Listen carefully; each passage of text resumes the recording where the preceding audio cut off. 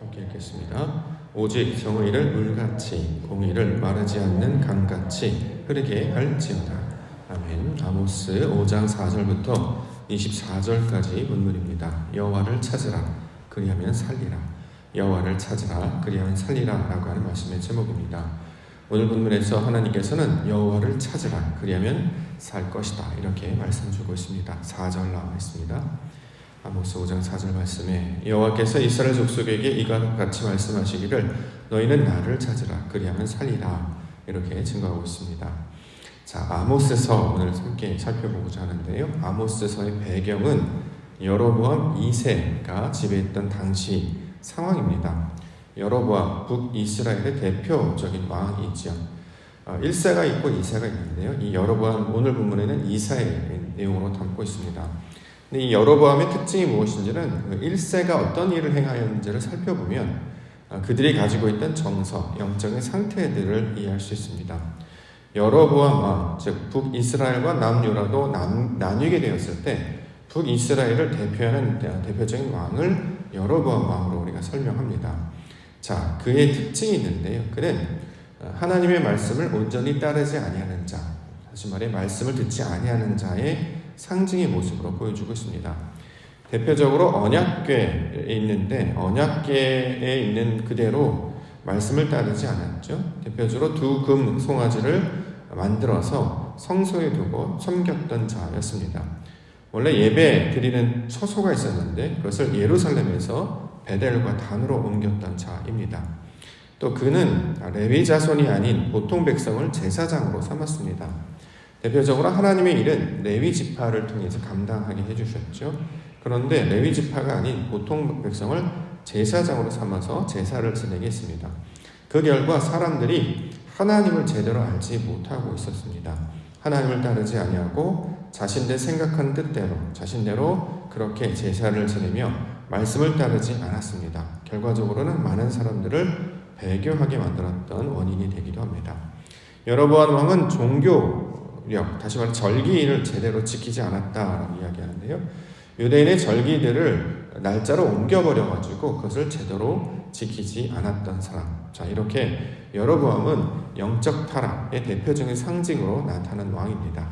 자, 그의 이름을 그대로 물려받은 왕, 물론 왕은 이름은 좀 다릅니다만 오늘 아모스 1장 1절에 보면 유다 왕 우시아의 시대, 이스라엘 왕 요아스의 아들 여로보암의 시대 이렇게 이야기하고 있고 그 중에서 아모스에게 주시는 말씀으로 주고 있습니다.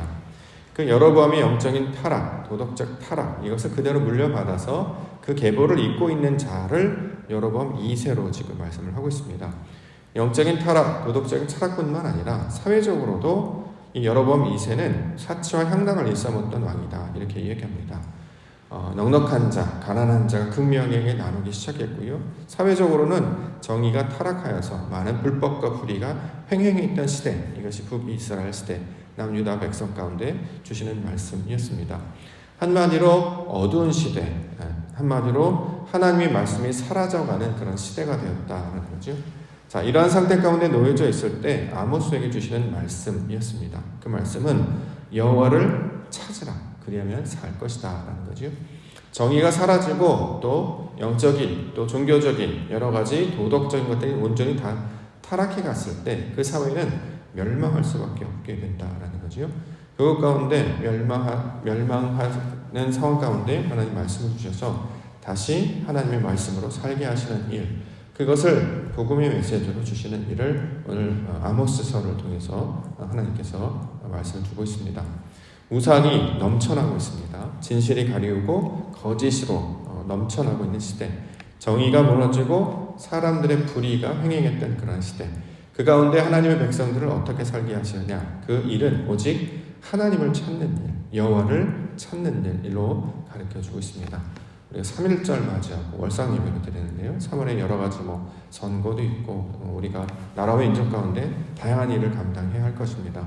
이 과정을 우리가 어떻게 받아들이고 이해를 해야 될 것인가, 다시 하나님을 찾는 시간이 되기를 소망합니다. 무엇보다 오늘 아모스에게 주셨던 말씀처럼 우리가 이 말씀을 우리에게도 적용하여서 하나님께서 각 개인 가운데 살게 하시는 방식, 사람의 생각이나 세상의 교훈이나 세상에서 말하는 어떤 그런 가치, 그런 원리를 쫓아가지 아니하고 하나님이 주신 진리의 말씀을 온전히 붙잡고 나아가심으로 진정한 생명, 참 영생을 우리는 누리는 우리 사모한다는 기도의 시간이 되기를 원합니다. 특별히 월상님으로 나아갈 때에 하나님을 찾으심으로 말미암아 모두가 말씀 안에서 새롭게 삶을 얻고 나아가시는 우리 믿음의 성도님들 되시기를 주의 이름으로 축원합니다. 자, 어떻게 하면 여호와를 찾는 것인가? 어떻게 하면 살게 되는 것인가? 우리 본문의 내용을 우리 정리하면서 살펴보고자 합니다. 첫 번째는 여호와를 찾으라라는 말 다시 한번 강조하고 있는데요. 5절과 6절 말씀 다시 한번 보겠습니다. 아모스 5장 5절과 6절. 베델을 찾지 말며 길갈로 들어가지 말며 브엘세바로 나아가지 말라. 길갈은 반드시 사로잡히겠고 베델은 비참하게 될 것임이라 하셨나니 너희는 여호와를 찾으라. 그리하면 살리라. 그렇지 않으면 그가 불같이 요셉의 집에 임하여 멸하시리니 베델에서 그 물들을 끌 자가 없으리라. 자, 베델, 길갈, 브엘세바를 찾거나 나아가지 말고 여호와를 찾으라는 거죠. 베델, 전통적으로 사람들이 우상을 섬겼던 장소입니다. 우리가 이것을 말씀을 적용을 해본다면 사람들이 전통적으로 해왔던 방식들을 가리키고 있는 말이죠. 하나님께서는 예루살렘이라고 하는 곳에 나아가서 예배하도록 그렇게 가르쳐 주셨습니다. 그런데 예루살렘으로 나아가지 않았죠. 왜냐하면 정치적인 목적이 있었습니다. 사람들이 절기를 따라서 예루살렘을 내려가려면 북이스라엘 쪽에 살던 사람들이 소위 말하는 유대 땅으로 넘어가야 되기 때문에 혹시 거기 내려가서 정치적으로 동요되거나 다른 것들을 받을까봐 그 길로 나아가지 못하겠습니다. 대신 베델이나 단 같은 데서 예배를 드리도록 그렇게 이야기했다는 것이죠. 즉 하나님께서 말씀하시는 그런 방식을 따르는 것이 아니라 사람의 의도, 목적이 담긴 것으로 전통이나 습관을 따르거나 어떤 다른 의도를 가지고 종교적인 일을 행하려고 하는 것. 자, 이것들을 하지 말라 이렇게 얘기하는 거죠. 우리가 구해야 될 것은 무엇이냐? 하나님께서 말씀하시는 그 뜻을 구해야 되는데 본문에서는 여호와를 찾으라 이렇게 이야기하고 있습니다. 여호와 하나님, 진리의 하나님, 말씀의 하나님, 빛의 하나님. 자, 하나님께서 원하시는 것은 바로 그것들을 가리키고 있는 말이죠. 장소나 어떤 모양이 아니라 그 가운데 있는 하나님의 참뜻 이것들을 발견하며 하나님을 찾을 것을 강조하고 있습니다. 형식에 얽매이게 되거나 전통에 얽매이게 되거나 사람들의 생각에 얽매이게 되면 그것들로 말미암아 타락으로 나아가게 됩니다. 베드로도 그랬죠. 변화산에 올라갔을 때 여기가 좋사오니 이렇게 이야기하고 여기에다가 초막셋을 지읍시다. 자, 이것은 하나님의 뜻을 따르는 것이 아니라 사람들의 방식, 사람들이 행했던 습관, 사람들이 만들어낸 전통을 따르는 방식이 되겠죠. 이것들이 아니라 그것을 뛰어넘어서 하나님의 뜻을 찾아야 한다는 것입니다. 우상을 섬기는 자라는 다른 것이 아니라 하나님의 말씀을 사람의 생각으로 변질하여서 왜곡하여서 이것들을 영리로 바꾸어서 쓰는 것을 우상이다 이렇게 이야기합니다. 하나님의 뜻, 아버지께서 원하시는 방식대로 나아갈 것을 가리키고 있는 말이죠. 우리가 하나님을 찾을 때에 가장 먼저 하나님의 뜻이 무엇인가, 하나님의 방식이 무엇인가, 그 하나님의 뜻과 방식을 통해서 나타내고자 하는 하나님의 선하신 것, 이 하나님의 것들을 우리가 날마다 찾으며 나아갈 것입니다. 하나님이 이 땅 가운데 빛으로 임하시고요, 진리로 임하시고 말씀으로 임하셨습니다. 이것은 사람이 가지고 있는 교훈이나 풍조를 따르지 아니하고 전통이나 습관을 따르지 아니하고 유전이나 사람들의 방식을 따르지 아니하고 하나님의 것을 찾는 것을 가리키고 있는 말입니다. 가장 먼저 여호와를 찾으라. 그것은 하나님의 말씀, 하나님께서 가르쳐준 그 말씀의 방식대로 우리 가운데 가르쳐주는 그 일을 찾아야 하는 것입니다. 결국 이 여호와를 찾으라라고 하는 것은 신약 가운데 무엇으로 연결이 되냐면 예수 그리스도를 따르는 것을 가리키고 있는 말입니다. 우상인지 아닌지, 가짜인지 아닌지를 판별하는 기준은 사람을 따르는 것이냐, 말씀을 따르는 것이냐, 사람의 생각을 따르는 것이냐, 예수 그리스도를 따르는 것이냐, 이것들로 진짜와 가짜로 구별할 수 있는 것이죠. 우리의 어떤 목적과 결과가 하나님을 향한 것이 아니면, 그 목적과 방식이 예수 그리스도를 따르는 것이 아니면 모두가 다 우상에 해당하는 것들이 되게 됩니다. 가장 먼저 우상을 회파하고 우상을 무너뜨리고 하나님을 찾는 우리 믿음의 성도님들 되시기를 원합니다. 자, 하나님을 어떤 방식으로 우리 가운데 나타나냐면 선이라는 방식입니다. 14절 15절.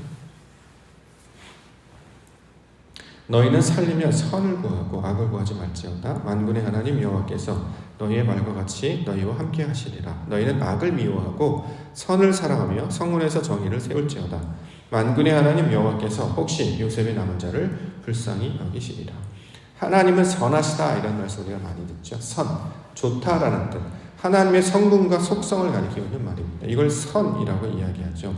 사람들은 선한 행동을 한다거나 착한 일을 행하거나 이런 어떤 도덕적이거나 윤리적인 것들을 가리키고 있는 말입니다. 그런데 이것은 사람들이 만들어낸 규칙과 방법이고 성경에서 말하는 선은 하나님께서 원하시는 뜻을 구하는 것을 가리키고 있는 말이죠. 하나님이 원하시는 뜻을 구하는 것을 선이라고 이야기합니다. 그러면 하나님께서 원하시는 뜻은 무엇입니까? 우리가 지난 주일날 살펴봤던 것처럼 하나님의 뜻대로 이루어지는 것이 선이다라는 거죠. 하나님의 뜻이 하늘에서 이루어진 것 같이 땅에서 이루어지는 것, 하나님의 형상을 닮아 그의 말씀과 영을 따라 사는 것이 바로 그 뜻이 되는 것이죠. 그러므로 선을 구하라 라고 하는 것은 하나님의 뜻을 구하라 라는 말씀을 우리가 받을 수 있을 것입니다. 그럼 여기에 대비되어서 말하는 것이 바로 악이 될 텐데요.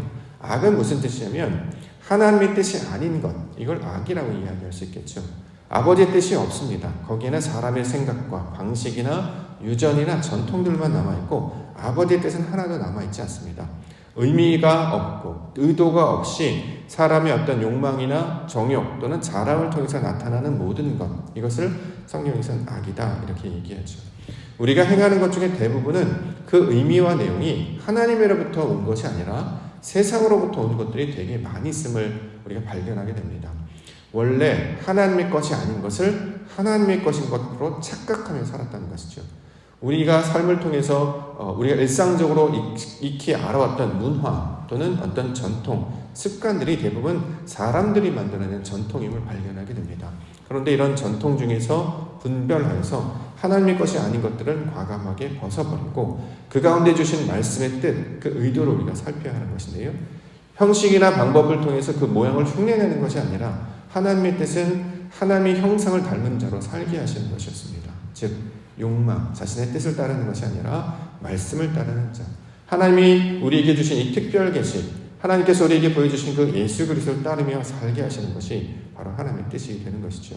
그 마지막의 궁극적인 목적은 무엇이냐면 모든 사람들은 다 말씀 앞에 엎드리고 오직 하나님을 경배하며 섬길 것을 가리키고 있는 말입니다. 이것을 선이다라는 거죠.